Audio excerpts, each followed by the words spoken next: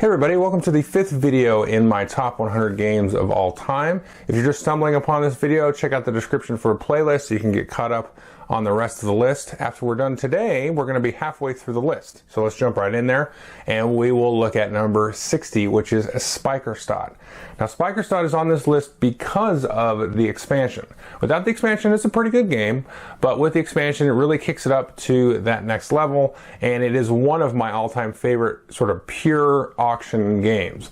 It's got this really interesting mechanic, which has kind of been used before, but it's a little bit of a twist on it, where you put a pawn out, sort of, letting everybody know that you really want this card that's going to be up for bid, but then other people can stack up pawns behind you, basically driving the price up for you, and then hopefully they're driving it up enough that maybe they can go in and get it for a little bit cheaper, but maybe they could just be driving it up just to drive it up and make you pay through the nose for a card that you really want or really need. Now the expansion is cool because it adds double the amount of cards. Well, the same amount of cards, so that the total amount is double. And the order and sort of the place that the card comes out is really going to change up the dynamics of the game. So you've got like the main board where you have the auction, and then now with the expansion you kind of have this sort of drafting thing above the board where you can sort of take cards for a hateful kind of draft just to keep them away from people, or you can really play around with that mechanic. And the order again that they come out is really going to change up the kind of the intrinsic value of the card and what everybody's going to really sort of gauge it as. But there's a lot more paths to victory as well with the expansion, and this is one of those mechanics first games which is really about slitting all your opponent's throats and try not to get your opponent your throat slit. And I love that. It's right in your face. It plays great, really great 3 to 5. Awesome. All those 3 to 5 player counts. Now, the base game with 2 is a nightmare. Don't ever play the base game with 2. But the expansion with 2 is actually pretty good. It's not so bad. So I would definitely, if you like 2-player games, you could get it, but just get the expansion. But anybody that even kind of likes Euros and kind of likes auction games is okay with that.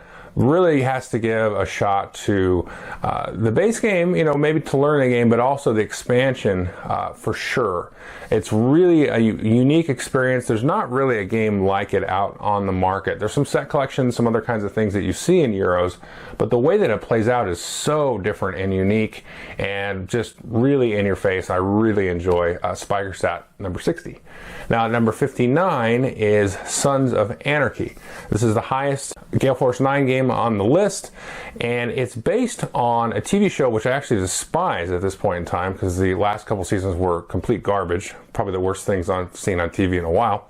I did like the first season of the show, one of the best seasons of TV I've ever seen, actually. But the game is amazing. Forget about the TV show. The game is interesting to me because it shows crime in a brutal, realistic way. Again, based off a fictional IP, but it's not one of these sort of gussied up mafia games where everything is sort of cutesy, because the mafia, there's nothing cute about organized crime whatsoever. So what you're doing is you're a biker gang, you're dealing in drugs, you're dealing in guns, you're dealing in prostitution, pornography, all kinds of horrible, awful things. And the game has players being horrible and awful to each other. And I really like that. So you're kind of getting territorial control over different sort of like buildings or key locations in the game. There's gunfights. You're sending people to the hospital or to the morgue and all kinds of cool things. And you try to sort of stay under the radar. If you go into the, if you use guns too much or do certain activities where you sort of deal in illicit goods, then you're going to raise the heat level and that's going to bring you down. So that's a really cool mechanic in the game, the whole heat aspect. And the game is pretty interchangeable and replayable because the setup of locations is modular, and you've got these different cards that are going to come out and they're going to be modular. You can make a really nasty deck with it and have it really just hurt the players, and everybody's going to be kind of economically poor for this game. Or you can have another game where everybody's really, the money's coming in. And that's kind of a lot of how these, at least the fictional kind of mob stuff works, where, hey, everything is rosy and we're making all this money and we're being horrible people. wonderful, and everything's going great for us. And the next time you play it is like, you know, the heat's on us, things are going bad, you know, Billy betrayed you and all this stuff, and it's like, you know, a war's about to happen. So it really gets you into the game and into the theme, and there's a good amount of intensity and everything, and really is sort of like, for me, like kind of the quintessential crime game. I don't know if that's kind of an awful thing, but it deals with all these themes that are frankly X-rated, but there's nothing, you know, suggestive on the art or on the location or anything. You could play this, you know, I guess in mixed company, sort of. I don't know how to say that, right? So it's not like it's shocking you with, like, you know, a bunch of nudity and people like snorting lines of cocaine or anything in the pictures. But again, the subject matter itself is pretty heavy, but the mechanics and everything is woven very, very tightly with that. So I recommend the game a lot. So that was number 59, Sons of Anarchy. At number 58 is Dune, and this is my one sort of like cheat on this entire list. Now, Dune I've only played twice, but if you watch my review of Dune, you know, like, I'm a little bit of a wackadoo about Dune. I really enjoy that universe.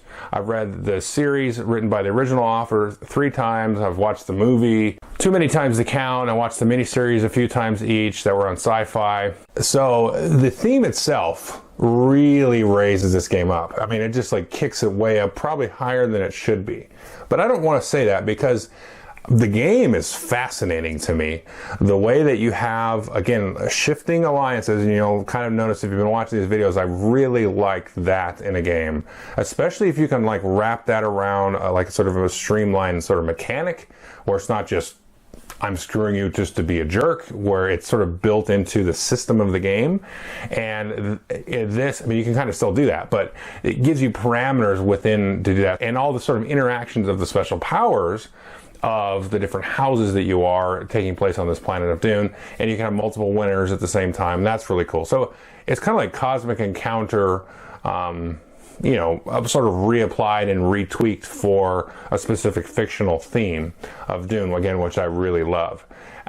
So there are some issues with the game, sort of. Now, it's just for us to kind of figure out the way that my group really wants to play it, because there are some different tweaks and rules and alternate rules that have sort of risen up and come with the expansions over the last, when did this come out, like 79 or something? So the last like 30 years, basically. So yeah, so there are some you know, caveats with this game, but if you really like Dune or anything, I would definitely give this a shot. And this is one that I would definitely give a shot to, just to experience some of the sort of these old school, I don't want to call it old school, but just very different mechanics. Like, you won't see this style of game probably made nowadays. Now, you might see that come out once in a while, but it's not going to be the norm. You're not going to see a lot of this kind of game come out. You know, I suspect, you know, I would expect like a Plaid Hat maybe to come out with this style of game. And of course, Fantasy Flight redid it as Rex in the Twilight Imperium universe, I guess you would call it. But so this is kind of my sort of, you know, this is really a personal choice for me. I mean, they're all really, really personal, but this one to me, I was like, yeah, should I put this even on the list? You know, I was like, whatever. I would play this, you know, any day of the week, you know, above all the other games that I've done on the list so far, every single one of them. So, I mean, anyway, we'll talk about that more in the analysis at the end. But anyway, that's number 58, Dune. So you got to like give me a little bit of grain of salt with that one. All right, number 57 is Castles of Mad King Ludwig, which is a new game come out last year from Bezier Games. And players are building these crazy, wacky castles. That's great. And they have these cool, you know, rooms that interlock, and you get different, not combos, but sort of setups and sort of, you know, pros and cons into building rooms in a certain way. And then everybody ends up with a big, wacky castle. Now, the heart of the game for me is the sort of price setting, you know, aspect of the game, where I'm the master merchant. I take out the rooms that we're going to have for the turn, and then I figure out how to price all the rooms for everybody else. Completely unthematic, really, mechanic. But I love this mechanic. And you kind of have this mechanic in Medici a little bit, and there's also another game called Medici versus Strozzi, which is a 2-player game, which has this exact mechanic where you're kind of setting these up, and you've got to price them right so that either you price it out of somebody's range, the room that they want, and keep the room that you want, priced cheap enough for you so you get the best deal, but you don't want the room that you wanted so cheap that somebody just buys it because like, well, that's pretty cheap, you know, $400, I'll buy that. It's not as great as the other one I really wanted, but now you took it from me and you screwed up. I love that mechanic. I would love to see that in more games and, you know, just in general. It's a really cool kind of stressful thing to now be the master merchant, and you've got to sort of deduce what everybody else is really trying to get, and you set the price and everybody goes, haha, I got that for $200. That's the one I really wanted. Now, another one of these games that you play a lot and play a lot with the same type of people, then you're going to get really into it. And then again, this is what good games do, is you revisit it and you start to kind of unlock and explore and unwrap some layers of the onion and stuff like that. So really, really cool game. You know, you got these cool bonus cards and everything, but I just really am in love with that mechanic. And of course, at the end of the day, you have got this cool sort of crazy castle that you've built up, which is kind of funny. So anyway, that's Castles of Mad King Ludwig. That is number 57. And number 56 is Darker, Darkest. And this is a game that kind of fell on its face when it first came out, and so I kind of ignored it. And I originally saw this on BGG several years ago when the designer, David Auslus, I can't pronounce his name, he was sort of putting up print and play files and showing some of the artwork, and it looked really cool, you know, zombie game. It looked like kind of Resident Evil, the board game. So then it got picked up by Queen and published, and then something was wrong with the first edition rules. Now, I didn't actually back it on Kickstarter because it was a little expensive for me, honestly. And so I kind of ignored it, and then it kind of came out to some, not really any press, to be honest, but some, you know, bad vibes on BGG. The rulebook was awful and all this. And then the designer contacted me. He says, hey, you know, would you like to review this game? And I was like, but he said, I got to tell you something. You got to get the second edition rules, which you can download and print out. And we really went back and refined the rules and they really changed the rule set, like the actual rules you play with the game. I think there was like one or two minor tweaks, maybe, but it was more like just rewriting the rules to make them a little clearer. And we played it, and it's one friend of mine's his favorite co-op ever. I wouldn't put it that far from me, but it's pretty close. Like the cool thing about this game, and I really wish I know they're probably not going to come out with expansions just because of the whole catastrophe and the way things work. But it's really a cool system of, you know, you take a group of investigators into this big mansion, and there's going to be one of two sort of bosses, kind of like a video game, and they're going to be triggering zombies and zombie dogs and crazy sentries that are like these super zombies, and you've got to go through and sort of unlock the different puzzles to trigger the end game boss to come out. It feels so much like a video game, but a little bit abstracted. But you're like putting together these different locks and keys and bouncing around and trying to stay alive and, you know, helping each other, trying to be quiet and all this stuff going through the mansion. And the way that you set up the mansion can really swing the game. But that's kind of a design feature where you can tweak the levels. But it's kind of funny because when you set up the sort of hallways and things in this mansion, then some parts of the game are going to be easier because you're going to be able to kind of get away from the zombies easier. But then when it sort of shifts and there's a boss, or you really need to get over to somewhere to get a key lock, then you're going to funnel them, all the zombies, into a tunnel, and you've got to like go right through them. Or if you leave it too wide open, the zombies are just everywhere going crazy. And so the way that the mansion gets set up is pretty cool. You know, the way that it drives it feels kind of like a roguelike thing when you do that, sort of loosely. But the mechanics are very solid, very streamlined, very well thought out. And frankly, I've talked to several people online about this that have they stuck with the game and got the second edition rules, and they really have fallen in love with the game too. So it's a shame that sort of, you know, these things happen. You know, there's hiccups and things, and you know, there's just, the world's a crazy place sometimes. But I really recommend this game. Again, you got to download the second edition rules, but it's honestly, it's a blast. It's so fun. If you like Ameritrash games, you really like it, but the mechanics themselves are really interesting and neat, and the way that the items work and the way you can have, you know, different keys and some of the different things. And to me, it's a system. There's a system here that could be really explored and expanded upon, but doubtful that that's going to happen, unfortunately. So that's number 56, Darkest. Now number 55 is Tuscany. And I say Tuscany because Tuscany is an expansion for viticulture, but you gotta play with Tuscany. Now, I think Viticulture is a fine game. You could just get the base game and play with that, and you'd be fine. But once you add the Tuscany, and then again, of course, it puts it up on this level now where I've got it number 55 on my top 100. Had a great time with this, mostly with the family group over the gamer group, but there are some folks in the gamer group that have enjoyed it. It's a very easygoing gateway game when it's just viticulture. It's got a cool theme, you know, you got the different seasons, and it's very easygoing. It's not a super heavy strategic game. I don't think people should expect that. And I like it because it's card driven, so it's got some of those Lords of Waterdeep elements I like, where you go to a spot, you play a card, maybe do a couple little kind of combo-y things, and I like that. You got a little light hand management with a Euro. And that really kind of speaks to me for some reason. I don't know why. Maybe it's kind of the Magic of the Gathering stuff kicking in, you know, from the old times. And, you know, now I'm playing a Euro and I've got this cool little, I'm going to do this combo. I'm going to steal that from Billy. I'm going to screw him. And I'm going to get the, you know, the wine order fulfilled. And then you add Tuscany and it just goes like to the stratosphere where you really start to feel like you're living in a time and a place, because you get these new board, these different special buildings, you get the special workers, and all these things are added as modules. And it really feels like a thematic thing, but not just like I'm talking about a topic kind of thematic, but where it's like I'm in a time and place. That I'm in some little village here in Tuscany or whatever the place might be. And, you know, Billy, the certain kind of worker is here, and then, you know, oh, this building comes out. And so you feel like you're going back and revisiting a certain spot, you know, not just an abstracted place. That's really wishy-washy and kind of, you know, weird to say without having actually played the game. So this is why I don't think I'm putting it in the right enough words for this. I don't know what it's failing me. One day maybe I might figure out the right words, but I definitely recommend this. You know, you get viticulture, you jump right in, and then start adding the modules from Tuscany, and then it really just, unlike most Euros, it really puts you in a certain spot. And that's all I gotta really say about that one. So that was number 55, Tuscany. And these are actually gonna get more difficult as they get higher. Number 54 is Shadows of Brimstone.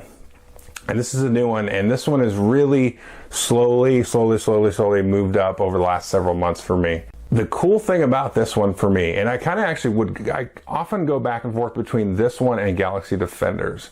And I actually get asked that quite a bit. And I think it's an interesting thing about those two games where they're both co-ops. They both have a decent like campaign system. Two very different themes. Of course, Galaxy Defenders is a sci-fi ex-commie kind of thing, and then Shadows of Brimstone is in the Old West with Cthulhu and crazy dark rocks and, you know, crazy priests and just you transporting to different crazy ice worlds and jungle worlds and all kinds of stuff. Two very different themes, but the thing that puts Shadows of Brimstone way up for me is this sort of procedurally generated adventure that you can have. Now you can play through a campaign, or you can sort of just let the game throw adventures at you, so you don't know what kind of adventure you're going to go on, and then you're going to go back to town. In town is like a whole game. I mean, you spend more time in town than you do sometimes when you play a scenario, because depending on how the scenario goes out, it can kind of end quickly, or it can be this hair-raising experience where you just get out by the skin of your teeth, or you can get mauled.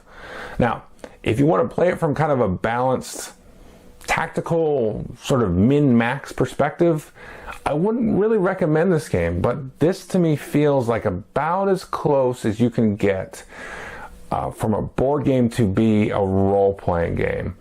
And that's without a DM, okay? So I would say, you know, Descent, which, you know, I haven't really played that, but I played Imperial Assault. I mean, that's a little bit more RPGs because you got the DM sort of driving the story and they can ad lib and stuff like that.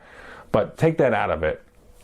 If you just had a board game that you can open up and then feel like, oh, you know, we made some progression, you know, my character changed, which will change a lot in Shadows of Brimstone, and you have a story that you can reference back and really talk about forever. This one really excels at that because, like, I don't care if my character dies in this game because you can get mutations and like grow a tail and get horns and all kinds of crazy stuff, and you get too many, you're dead. You're too corrupted. It's just roll up another character. And the characters are so vibrant and different, and there's crazy, wacky, different things. You know, whereas like in a Defenders or even some of the Wizards of the Coast D&D board games, it's all about the tactics of the game, where instead of just kind of the flavor and just funny, you know, items and things that you can get.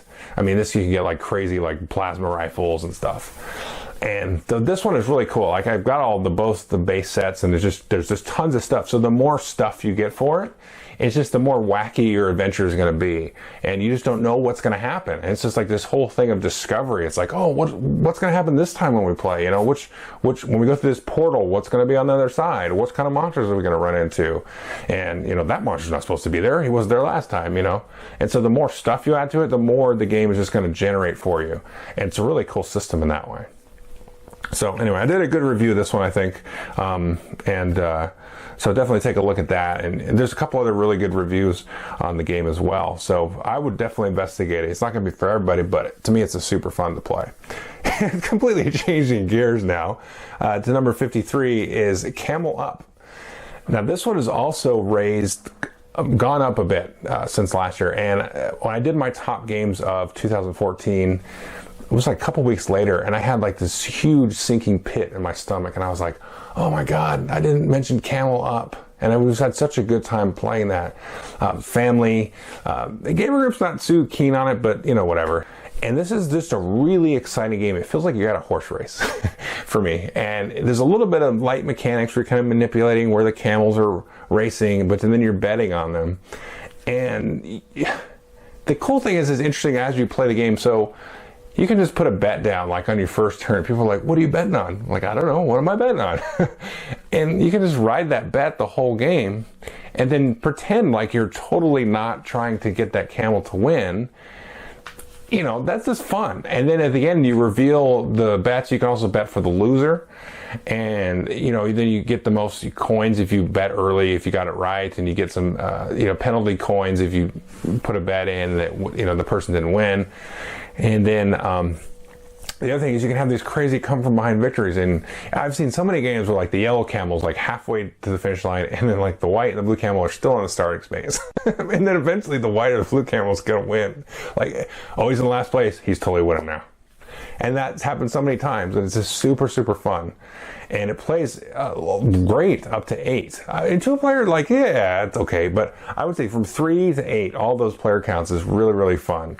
And this is one of those, you know, they say beer and pretzels, and just like you do it socially, you talk trash to each other. And I love the whole, like, it's on unwrapping a gift at the end.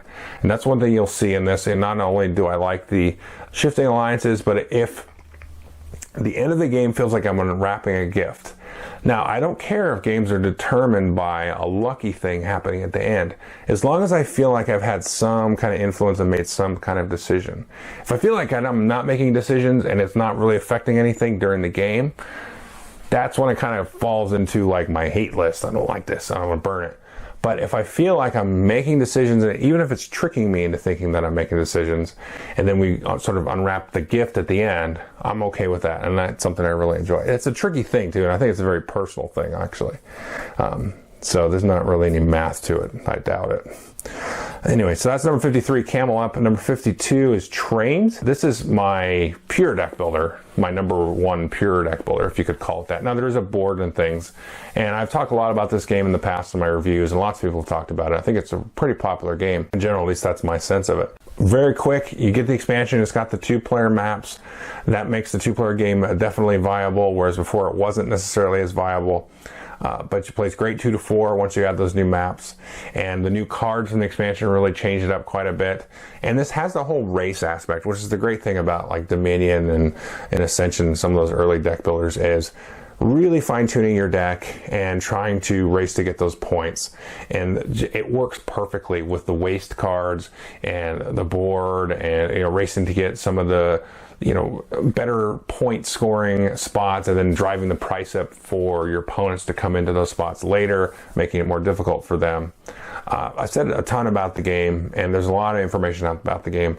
It's just a really super fun, streamlined, it plays quick, it's tense, it's a good race. Definitely, if you like deck builders at all and you haven't tried Trains yet, then I would say you got to check it out for sure.